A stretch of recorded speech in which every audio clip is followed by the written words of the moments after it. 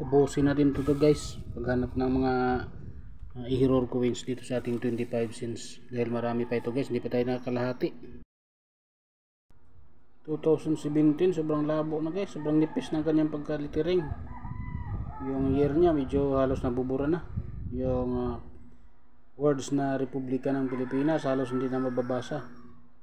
So hindi ito sinasadya guys, talagang ganito talaga yung pagkakagawa sa kanya. Dito naman sa likod ay sobrang pangit na rin. So madumi lang siguro ito guys, pero yan medyo mabasa mo pa naman yung Republika ng Pilipinas.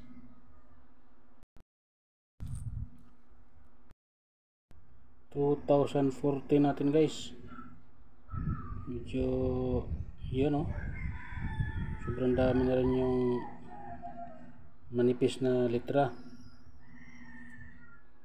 So pag nalinisan, siyempre lalabas yung kagandahan.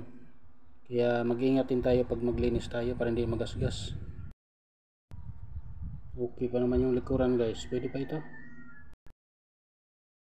2014 na madumi, naminipis ng nakasulat na Republika ng Pilipinas guys. So nagiging error na ito guys. Yung likuran naman ay medyo nabubura na rin yung letter T saka yung N sa central. Linis lang kailangan ito guys para makita natin yung litra niya. 2014 sobrang daming error guys. 2015 ang labo na rin guys. Yung Republika ng Pilipinas wala, parang di mo na talaga makikita. Ano kaya nangyari sa mga to guys? Hindi kaya ito sinadya? Or dahil lang talaga siguro ito sa kalawang kaya nabubura yung mga litra. Dito naman sa likod parang sinasagasaan niya ito ng mabibigat na bagay. Yan nabubura na rin yung litra niya sa likuran. Pa tayo ulit guys, marami pa to guys, hindi pa tayo nagkaklati. 2017 sobrang dami ng kalawang, so, madumi na, pero nagiging error na ito guys. Mahal ito guys, mahal. Dito sa likuran ay okay, napakaganda pa, mayroong litra din na nabubura dahil sa kalawang. Yan yung central, yan hindi na gano'ng mabasa. Central, Bangko Sentral ng Pilipinas, hindi na halos mababasa guys. 2017 ito guys.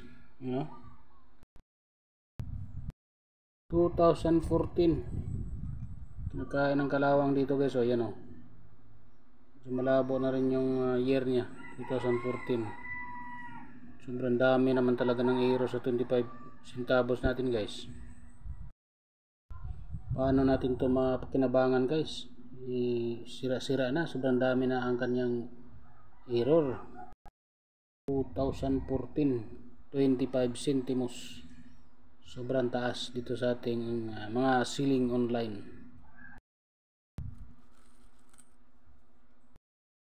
Ito pa guys 2014 din, nakinain na rin ang kalawang dito sa babaw dahil metal content ito guys, bakal ang ginawa.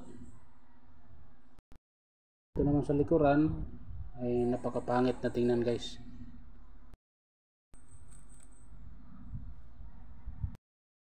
Ito naman ang ating 2017 ay maninipis lang talaga ang kanyang pagka-lettering, pero hindi naman makikita yung mga error dito.